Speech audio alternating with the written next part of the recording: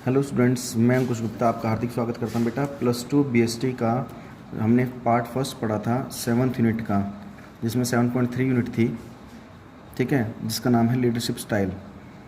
तो अब हमें इसके बारे में पढ़ना है, किस तरीके से हम पढ़ेंगे इसको कि लीडरशिप स्टाइल के बारे में मैंने बताया था आपको कल कि टाइप्स ऑफ लीडरशिप स्टाइल के बारे में हम पढ़ रहे थे कि बेटा यहाँ पर लीडरशिप स्टाइल 3 तरह की होती है। 3 तरह की हमने लीडरशिप स्टाइल पढ़ी थी। वो कौन कौन सी थी हमारे पास लीडरशिप स्टाइल?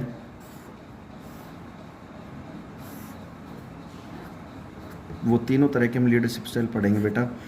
ये बेटा केस स्टडीज़ के लिए भी बहुत ज़रूरी है। केस स्टडी को समझने के लिए इसका आना बहुत ज़रूरी है, नहीं तो फिर मार्क्स डिडक्ट हो जाते हैं। तो इन चीज़ों को ध्यान में रखना, कौन कौन सी लीडरशिप स्टाइल है। चलो डिस्कस करते हैं हम इस लीडरशिप स्टाइल को। तो बेटा पहली जो लीडरशिप स्टाइल है वो हमारे पास autocratic leadership style.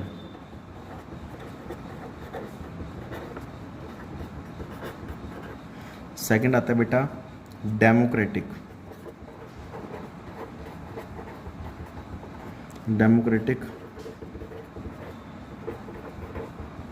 Leadership style. Third आता है बेटा फ्री रेन लीडरशिप स्टाइल।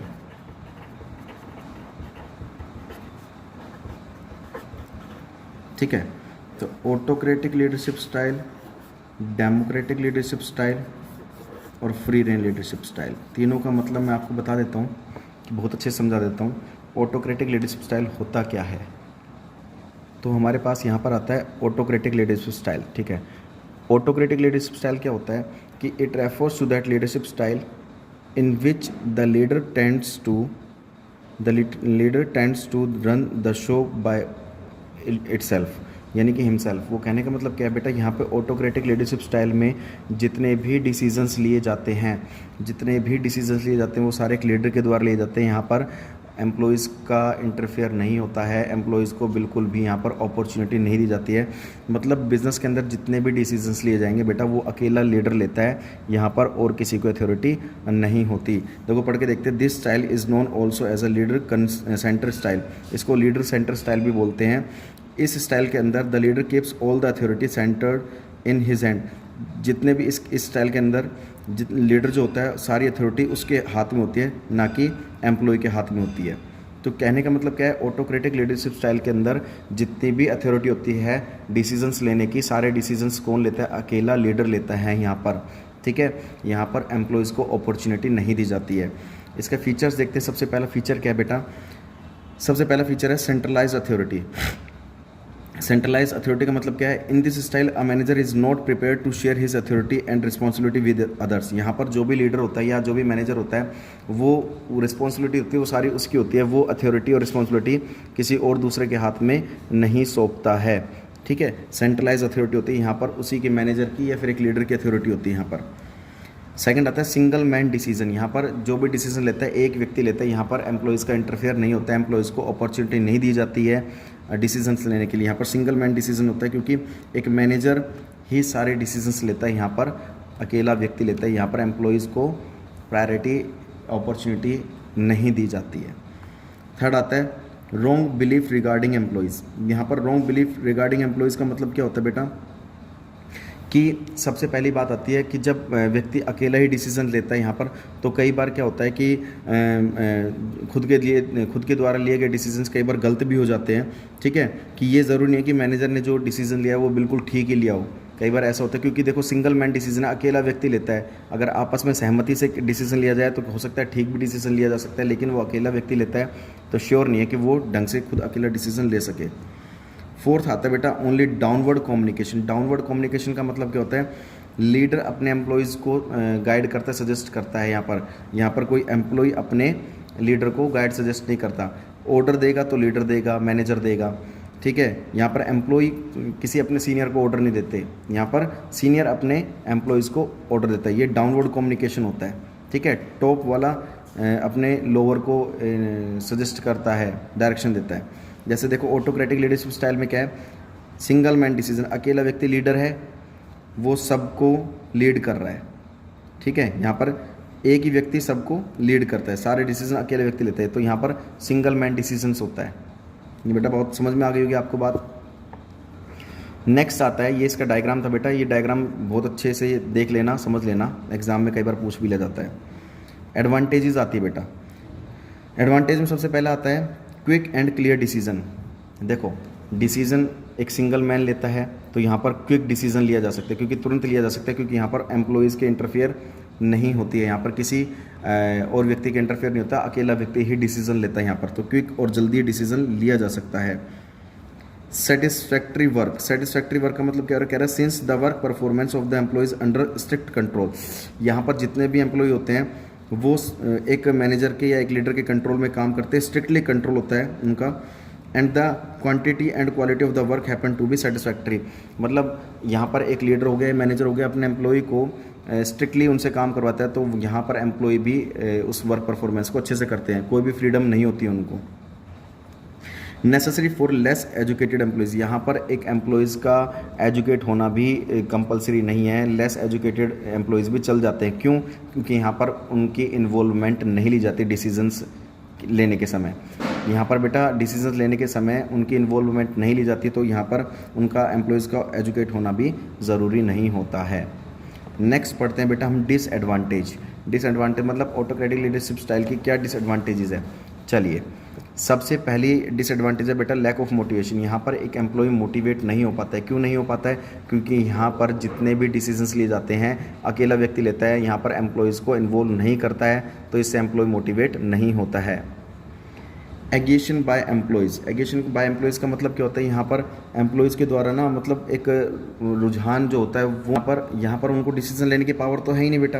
वो कह रहा है since the employee are not given any participation. यहाँ पर किसी भी तरह के एम्प्लॉयज़ को पार्टिसिपेशन नहीं किया जाता इन टेकिंग एनी डिसीजन। यहाँ पर डिसीजन लेने के समय एम्प्लॉयज़ को पार्टिसिपेट नहीं किया जाता, इसलिए एम्प्लॉय भी वो अपनी वर्क परफॉर्मेंस भी अच्छे से नहीं कर पाता है। कई बार क्या होता है कि उसको ये लगता है कि हमारे जो सीनियर है हमसे भेदभाव करते हैं, हमें अपॉर्चुनिटी नहीं देते हैं। They are turned into machine, working like machines, incapable of doing anything of their own. And similarly, managers can make employees to do as they wish. मतलब वो यहाँ पर सारी अथॉरिटी रिस्पॉन्सिबिलिटी किसके हाथ में है? एक मैनेजर के हाथ में, वो उनको नहीं देता। ठीक है। अपॉर्चुनिटी। नेक्स्ट आता है पॉसिबिलिटी ऑफ प्लूरलिटी, पार्शियलिटी। यहाँ पे पार्शियलिटी की संभावना बहुत ज़्यादा होती है। क्यों? हो सकता है एक मैनेजर एक अपने जो खास एम्प्लॉई है उसको अपॉर्चुनिटी दे देता है, उससे अच्छा बातचीत करता है, उससे अच्छा रिएक्शन देता है, लेकिन और एम्प्लॉइज़ को वो रिएक्ट नहीं करता, सबसे मतलब उनको मोटिवेट नहीं करता, उनको अपॉर्चुनिटी नहीं देता डिसीजन लेने की। तो यहाँ पर जो और एम्प्लॉय बचे हैं वो क्या होते हैं, उनको ये लगता है कि भाई यहाँ पर हमारा जो सीनियर है हमसे पार्शलिटी करता है। नेक्स्ट आता है बेटा democratic leadership style. Democratic leadership style क्या होती है मैं बता देता हूँ आपको कि डेमोक्रेटिक में क्या होता है। ऑटोक्रेटिक में तो सारे डिसीजंस अकेला मैनेजर ही लेता है, यहाँ पर एम्प्लॉयज़ की इन्वॉल्वमेंट नहीं होती। डेमोक्रेटिक में क्या होता है कि यहाँ पर एम्प्लॉयज़ की इन्वॉल्वमेंट होती है, यानी कि फाइनल डिसीजन लेने से पहले जब एक मैनेजर फाइनल डिसीजन लेता है तो उनसे कंसल्ट करके लेता है। किससे? एम्प्लॉयज़ से। तो यहाँ पर कहने का मतलब क्या है, एक एम्प्लॉयज़ को इन्वॉल्व कर लिया जाता है डिसीजन लेने के लिए। ये बात समझ में आ गई? चलो पढ़ के देखते हैं। It refers to that leadership style in which the leader consult. यहाँ पर लीडर कंसल्ट करता है विद हिज सबॉर्डिनेट, अपने सबॉर्डिनेट से कंसल्ट करता है before making any final decision. Final decision लेने से पहले वो अपने एम्प्लॉयज़ को इन्वॉल्व करता है, उनसे कंसल्ट करता है कि जो मैंने डिसीजन लिया क्या वो ठीक है या गलत है। तो कहने का मतलब क्या है, यहाँ पर बिना एम्प्लॉयज़ की कंसल्ट के वो फाइनल डिसीजन नहीं लेता है लीडरशिप डेमोक्रेटिक लीडरशिप स्टाइल में, यानी कि एम्प्लॉय को यहाँ पर इन्वॉल्व कर लिया जाता है। इसके फीचर्स पढ़ेंगे बेटा सबसे पहले कि कोऑपरेटिव रिलेशन। यहाँ पर कोऑपरेटिव रिलेशन क्यों कहा जाता है? क्योंकि यहाँ पर एक जो लीडर है या मैनेजर है अपने एम्प्लॉयज़ को कोऑपरेट करता है। कोऑपरेट कैसे होगा? क्योंकि फाइनल डिसीजन लेने से पहले उनकी इन्वॉल्वमेंट लेता है, तो यहाँ पर एक दूसरे को कोऑपरेट भी करते हैं। एम्प्लॉयज़ को अच्छा लगता है यहाँ पर, ठीक है, कि एम्प्लॉयज़ को लगता है कि भाई यहाँ पर हमारी सेल्फ रिस्पेक्ट की जा रही है, यहाँ पर हमसे डिसीजन रिगार्डिंग हमें अथॉरिटी या रिस्पॉन्सिबिलिटी सौंपी जा रही है। Believe in employee. Believes in employee का मतलब क्या आता है यहाँ पर? डेमोक्रेटिक लीडरशिप स्टाइल में एक लीडर को अपने एम्प्लॉयज़ पर बिलीव करना होगा, क्योंकि वो उनसे डिसीजन ले रहा है, उनको अपॉर्चुनिटी दे रहा है, तो यहाँ पर एम्प्लॉयज़ पर बिलीव भी करना होगा कि जो भी डिसीज़न लेने की अथॉरिटी सौंप दी है एक मैनेजर ने अपने एम्प्लॉयज़ को, तो उसको बिलीव भी करना होगा कि जो एम्प्लॉयज़ ने जो भी डिसीज़न लिया वो ठीक ही लिया होगा।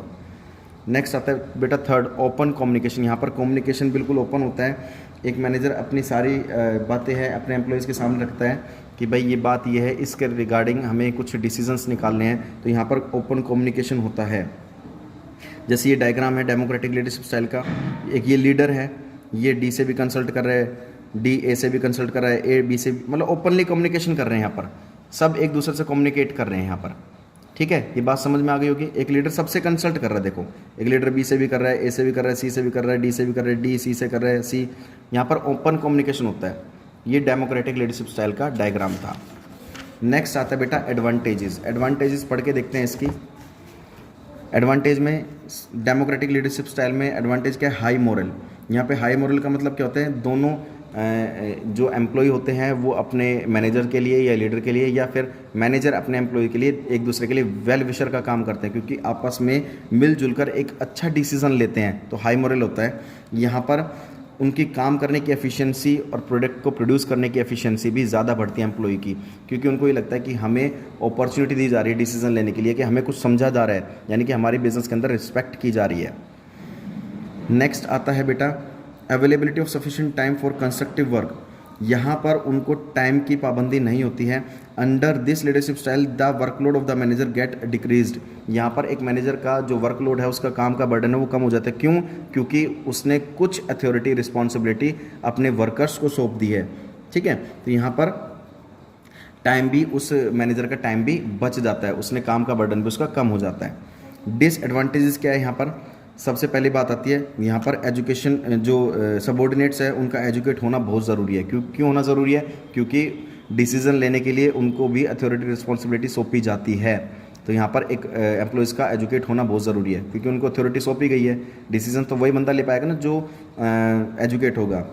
नेक्स्ट आता है डिले इन डिसीजन। सबसे बड़ी प्रॉब्लम ये आती है डिसीजन लेने में डिले होता है, क्योंकि यहाँ पर सिंगल मैन डिसीजन नहीं है, यहाँ पर सभी एम्प्लॉयज़ से कंसल्ट करके फिर डिसीजन लिया जाता है, तो यहाँ पर डिसीजन लेने में भी काफ़ी टाइम हो जाता है, काफ़ी टाइम लग जाता है। Lack of responsibility in managers. यहाँ पर एक मैनेजमेंट की, जो मैनेजर की रिस्पॉन्सिबिलिटी होती है वो कमी होती है। क्यों कमी होती है देखते हैं। Sometimes the manager try to avoid responsibility by observing that the decision were taken by the subordinates. क्योंकि यहाँ पर जो डिसीजन लेने की पावर है वो सारी तो नहीं सौंपी है, लेकिन उनको कुछ अथॉरिटी रिस्पॉन्सिबिलिटी सौंप दी ताकि फाइनल डिसीजन लेने से पहले वो अपने एम्प्लॉय से कंसल्ट कर ले, because they were made partners in taking some important decision. क्योंकि उसको कुछ इंपॉर्टेंट डिसीजन लेना होता है, तो बिना अपने एम्प्लॉयज़ की कंसल्ट किए वो डिसीजन नहीं ले सकता है, एंड दस they must be held responsible. वो यहाँ पर सारे के सारे, अकेला मैनेजर रिस्पॉन्सिबल नहीं है यहाँ पर एम्प्लॉयज़ के साथ साथ मैनेजर भी रिस्पॉन्सिबल है और एम्प्लॉयज़ भी रिस्पॉन्सिबल यहाँ पर होते हैं। नेक्स्ट आता है बेटा free rein leadership style. Free rein भी बोल सकते हैं इसको, REIN, free rein leadership style क्या होती है? ऑटोक्रेटिक में बेटा सारे डिसीजन वो मैनेजर लेता था। डेमोक्रेटिक में डिसीजन, फाइनल डिसीजन लेने से पहले कंसल्ट करता था अपने एम्प्लॉय से। लेकिन फ्री रेन लीडरशिप स्टाइल में सारे के सारे डिसीजन यहाँ पर कौन लेंगे? एम्प्लॉयज़। यहाँ पर फुल्ली फ्रीडम दे दी जाती है एम्प्लॉयज़ को कि सारा डिसीजन अब आप लोगे, सारा डिसीजन आप लोगे।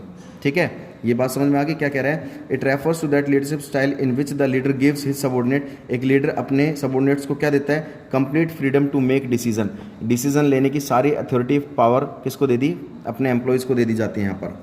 ये बात समझ में आ गई। फीचर्स इसका क्या आता है? फीचर्स देखते हैं बेटा इसका। फीचर सबसे पहले फीचर्स पढ़ के देखते हैं।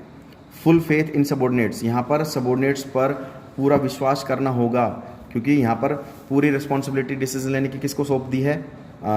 एम्प्लॉयज़ को। तो यहाँ पर बेटा उन पर विश्वास बनाना बहुत ज़रूरी होगा एक मैनेजर के लिए।